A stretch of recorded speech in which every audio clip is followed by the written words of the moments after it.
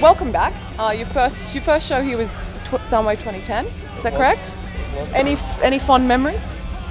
Yeah, I mean, it was the first time we'd ever been to Australia for a start, so that was amazing enough. But then we were blown away by the amount of people who actually knew about us back then, and we've come back a few times since. So this is something we've been looking forward to coming back to ever since we played it. Very, very excited to play. Did you learn any like Australian expressions or anything, or lingo? You know, speak our language sort of thing?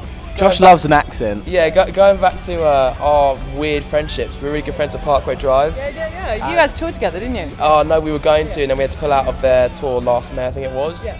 But we've toured with them like on Walk Tour and stuff. Yeah. And they've always like introduced us to words like ripper,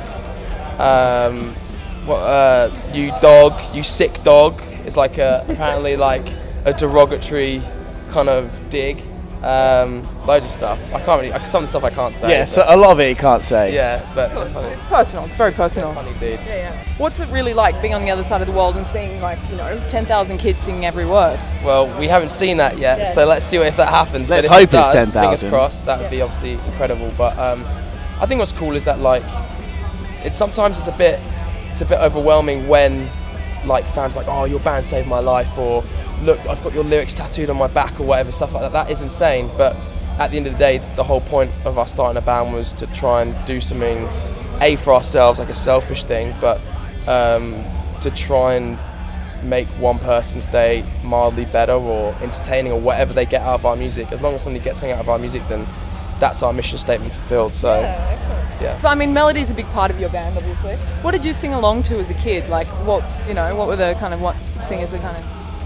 Well, all our parents got us into kind of rock music. I know that Dan's dad got you into heavy, like Led Zeppelin and stuff. Yeah, he was a massive Zeppelin fan, and you were into Fleetwood Mac. Yeah, it was stuff Fleetwood like that, Mac, back in the day. Jethro Tull. Yeah. I mean, it's just the kind of thing like, I lived in Cyprus for a few years, and I just remember I've got fond memories of like driving down to the beach with my dad and like him putting on the Eagles and stuff like that. And so I was never really into like AC/DC and that kind of rock and roll, but I guess the stoner rock, if that makes sense. So I don't know if my parents are trying to tell me something or what, but yeah. It's the 70s, man. Yeah, it was so funny. I had some friends around the other day, and actually no, fuck, I went to that story. Go on. Oh no, right. So we're having dinner, and my mum goes, oh, you know what would really kill off this meal perfectly is some chocolate or a joint. And I was like, what, Mum? What are you talking about? And one of my friends sitting next to me goes, I've got some weed if you want to smoke some weed. And so like three of my friends... You got high with your mum? No, I didn't. I couldn't. It freaked me out too much. I left. I was like, but my friends got high with my mum, and she was just like... That's so weird. It was so mental, but she was like, Josh, come on. I was around in the 70s. You think I haven't smoked a bit of weed? I was like, that's cool. You know, one of the biggest bands on last year's bill was Bring Me the Horizon. Like, that was absolutely mental. So, I mean, you obviously did a song with Bring Me the Horizon. He got you onto his record, and then you got him onto your record. We did. Yeah. So what did as a mate? He's obviously a mate. What did he sort of teach you about in your collaborative process? Well, what's interesting is we were toying with the idea of starting up a side project, like probably about a year and a half ago, like a heavy, hardcore side project.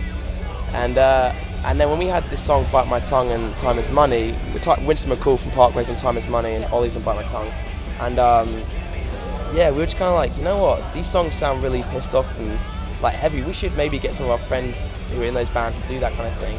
And so what actually Ollie has allowed for me as a vocalist live is to kind of fill that kind of fill that heavy void that I've got, and for the middle eight I get to scream, which is awesome because no other song been able to do that. And so just for like 40 seconds we think we're a heavy band. Hi, I'm Josh. And I'm Dan, we're from You Me at 6. And you're watching Soundwave TV.